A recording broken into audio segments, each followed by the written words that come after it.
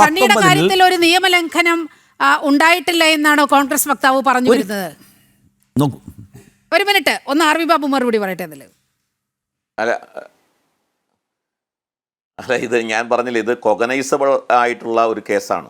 കാരണം ഒരു പരാതിയും കൂടാതെ കേസ് എടുക്കേണ്ടതാണ്. എന്താണ് കേസ്? കോടാനുകോടി ഭക്തരുടെ വിശ്വാസത്തെ ആണ് വ്രണപ്പെടുത്തിയിരിക്കുന്നത്. അയ്യപ്പനെ ബലാത്സംഗ വീരൻ എന്ന് വിളിച്ച് ആക്ഷേപിക്കുക, അവഹേളിക്കുക എന്ന് പറഞ്ഞാൽ ഇതൊരു കൊഗനൈസബിൾ ഒഫൻസാണ്.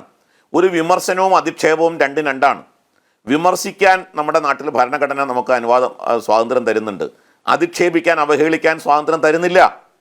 അതാദ്യം മനസ്സിലാക്കണം. ഇവിടെ സണ്ണി എം കബിക്കാട് നടത്തിയിരിക്കുന്നത് അവഹേളനമാണ്, അധിക്ഷേപമാണ്, വിമർശനമല്ല.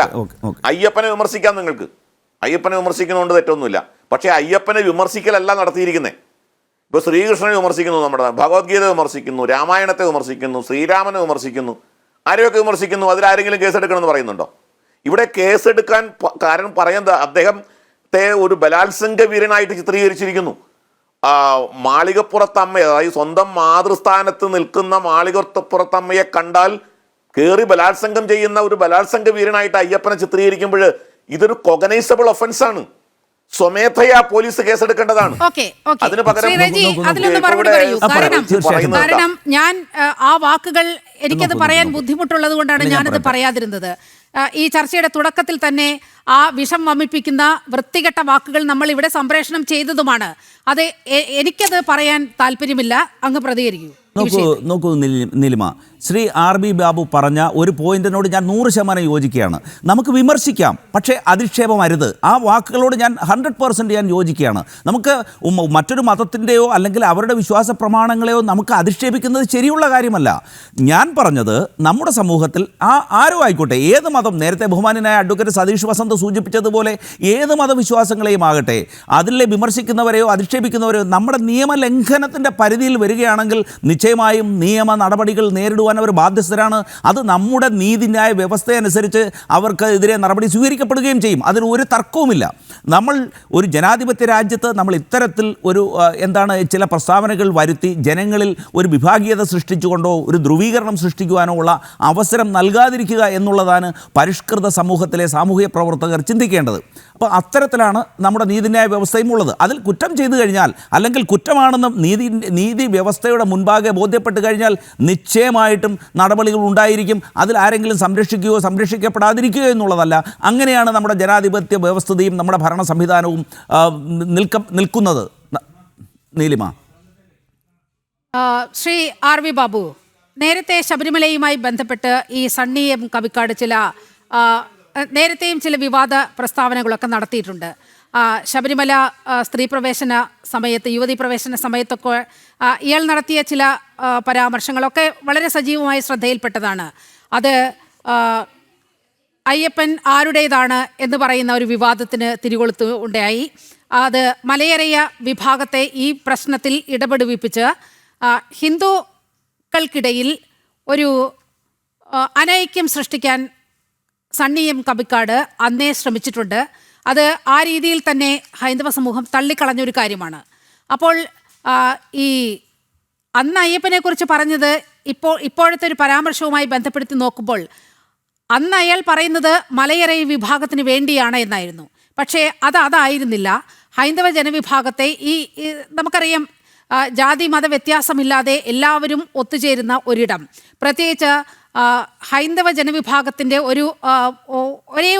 വളരെ കൃത്യമായ ഒരേ ഒരു പോയിന്റ് എന്ന് നമുക്ക് വിശേഷിപ്പിക്കാൻ കഴിയുന്ന ശബരിമല, ആ പ്രശ്നത്തിൽ ഹൈന്ദവ ജനവിഭാഗത്തെ ഭിന്നിപ്പിക്കാൻ ചില നീക്കങ്ങൾ നടന്നു. വരേണ്യ വിഭാഗം അവിടെ കൈയടക്കി വെച്ചിരിക്കുന്നു എന്നുള്ള വിമർശനങ്ങൾ ഉയർത്തി. പക്ഷേ ആ ശ്രമം അമ്പയെ പരാജയപ്പെട്ടു. ഇപ്പോൾ നോക്കൂ, അയ്യപ്പനെ തന്നെ അവഹേളിക്കുന്നതിന് പിന്നിൽ വളരെ കൃത്യമായ അജണ്ടയുണ്ട്. ആ അജണ്ടയല്ലേ തുറന്നു കാണിക്കപ്പെടേണ്ടത്? നീലിമ, നോക്കൂ, നമ്മുടെ കേരളത്തിൽ ഇതേപോലെ വിലക്കെടുക്കപ്പെട്ട കുറേ ആളുകൾ അവരാസൂത്രിതമായി കേരളത്തിലെ ഹൈന്ദവ സമൂഹത്തെ ഭിന്നിപ്പിക്കാനും ശിഥിലമാക്കാനും ഹൈന്ദവ സമൂഹത്തിൻ്റെ സാംസ്കാരിക മാനബിന്ദുക്കളെ അവഹേളിക്കാനും അപമാനിക്കാനും ശ്രമിക്കാൻ തുടങ്ങിയിട്ട് കാലം കുറച്ചായി.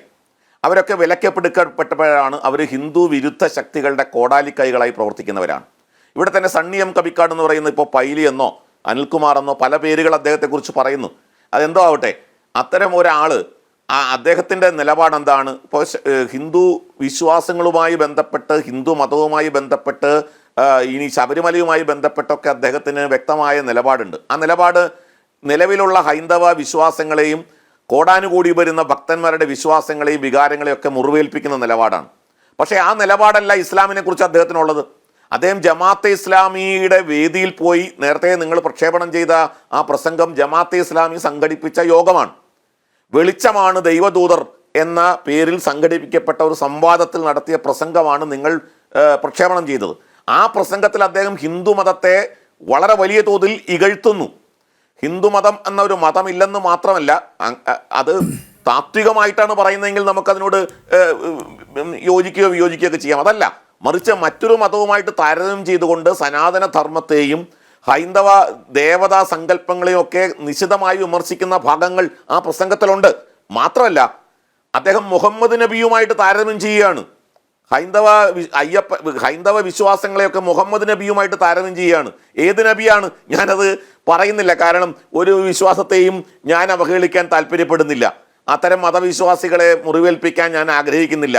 ആ മുഹമ്മദ് നബിയെക്കുറിച്ച് നമ്മുടെ നാട്ടിൽ ഇപ്പോൾ നിലനിൽക്കുന്ന ആക്ഷേപങ്ങൾ എന്തൊക്കെയാണ്, അത് ആ ഇസ്ലാം മതത്തിൽ നിന്ന് തന്നെ ഉയർന്നു വരുന്ന ആക്ഷേപങ്ങൾ എന്തൊക്കെയാണ് എന്ന് സമൂഹ മാധ്യമങ്ങളിലൊക്കെ പാട്ടാണ്. അത് വളരെയധികം ചർച്ച ചെയ്യപ്പെടുകയാണ്. അങ്ങനെയുള്ള മുഹമ്മദ് നബിയെ മഹത്വവൽക്കരിക്കുകയാണ്. അദ്ദേഹത്തിൻ്റെ അടിമ കച്ചവടത്തെ സംബന്ധിച്ച് ഖുറാനിലെ അടിമ കച്ചവടം, ഇസ്ലാമിലെ അടിമ കച്ചവടത്തെ വരെ വെള്ളപൂശാൻ ശ്രമിക്കുന്ന പ്രസംഗമാണ് അദ്ദേഹം നടത്തിയത്. അപ്പം ഞാൻ പറയുന്നത്, ജമാഅത്തെ ഇസ്ലാമിയുടെ ഒരു ടൂളാണ് ഈ പറയുന്ന സണ്ണി എം കബിക്കാട്. അപ്പോൾ സണ്ണി എം കബിക്കാടിൻ്റെ ലക്ഷ്യം എന്താണ്? സണ്ണി എം കബിക്കാട് ഹിന്ദുക്കളെ വിഭജിക്കുക, അത് ജമാഅത്തെ ഇസ്ലാമിയുടെ അജണ്ടയാണ്, പോപ്പുലർ ഫ്രണ്ടിൻ്റെ അജണ്ടയാണ്, ഇസ്ലാമിക മത തീവ്രവാദ ശക്തികളുടെ അജണ്ടയാണ്.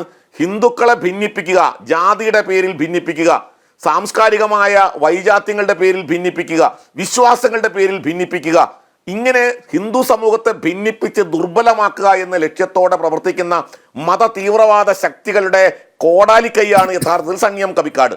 അപ്പോൾ ജമാഅത്തെ ഇസ്ലാമിയുമായിട്ട് UDF ഉള്ള ഈ അവിശുദ്ധ ബന്ധം നമുക്കറിയാം.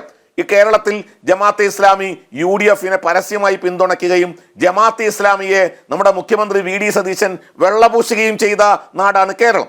ആ ജമാഅത്തെ ഇസ്ലാമിയുടെ ഏജന്റായി നിൽക്കുന്ന സണ്ണി എം കബിക്കാടിനെ സംരക്ഷിക്കേണ്ടത് UDF ബാധ്യതയാണ്. ആ ബാധ്യതയാണ് യഥാർത്ഥത്തിൽ ഇവിടെ UDF നിറവേറ്റുന്നത്. അല്ലെങ്കിൽ പറയട്ടെ, ഇപ്പം ഞാൻ പറയാം, ഒരു അധ്യാപകനെ സസ്പെൻഡ് ചെയ്തു കേരളത്തിൽ. എന്താ സസ്പെൻഡ് ചെയ്യാൻ കാരണം? സവർക്കറിൻ്റെ പേര് ഒരു ചോദ്യപേപ്പറിൽ വന്നു എന്നുള്ള ഒറ്റ കാരണം കൊണ്ട് ആ അധ്യാപകനെ സസ്പെൻഡ് ചെയ്തു. ആരുടെ താല്പര്യമാണ്? ലീഗിൻ്റെ താല്പര്യം, ജമാഅത്തെ ഇസ്ലാമിയുടെ താല്പര്യം. TG മോഹൻദാസിനെ രായ്ക്ക് രാമായണം അറസ്റ്റ് ചെയ്ത് കൊണ്ടുപോയി. ആരുടെ താല്പര്യമാണ്? ജമാഅത്തെ ഇസ്ലാമിയുടെ താല്പര്യം, മുസ്ലിം ലീഗിൻ്റെ താല്പര്യം, ഇവിടുത്തെ മത തീവ്രവാദികളുടെ താല്പര്യം. എനിക്കെതിരെ കേസെടുത്തു. ആരുടെ താല്പര്യം? ജമാഅത്തെ ഇസ്ലാമിയുടെ താല്പര്യം, മുസ്ലിം തീവ്രവാദികളുടെ താല്പര്യം. ഇവിടെ മുൻപ് പിണറായി വിജയൻ ഭരിക്കുമ്പോൾ മലപ്പുറം ജില്ലയെക്കുറിച്ച് എന്തോ പറഞ്ഞു.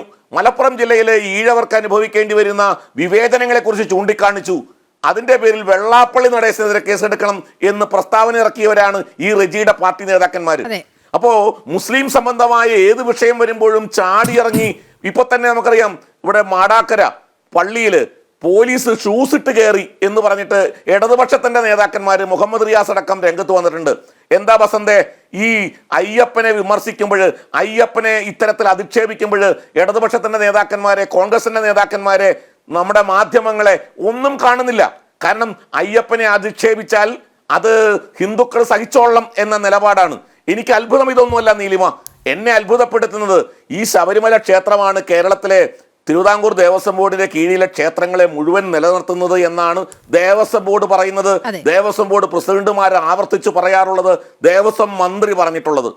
എന്നാൽ 48 മണിക്കൂറായി ശബരിമല അയ്യപ്പനെ അധിക്ഷേപിച്ചിട്ട് ദേവസ്വം ബോർഡിന് എന്തെങ്കിലും പ്രതികരണം ഉണ്ടായോ? ഇല്ല. ദേവസ്വം മന്ത്രിക്ക് എന്തെങ്കിലും പ്രതികരണം ഉണ്ടായോ?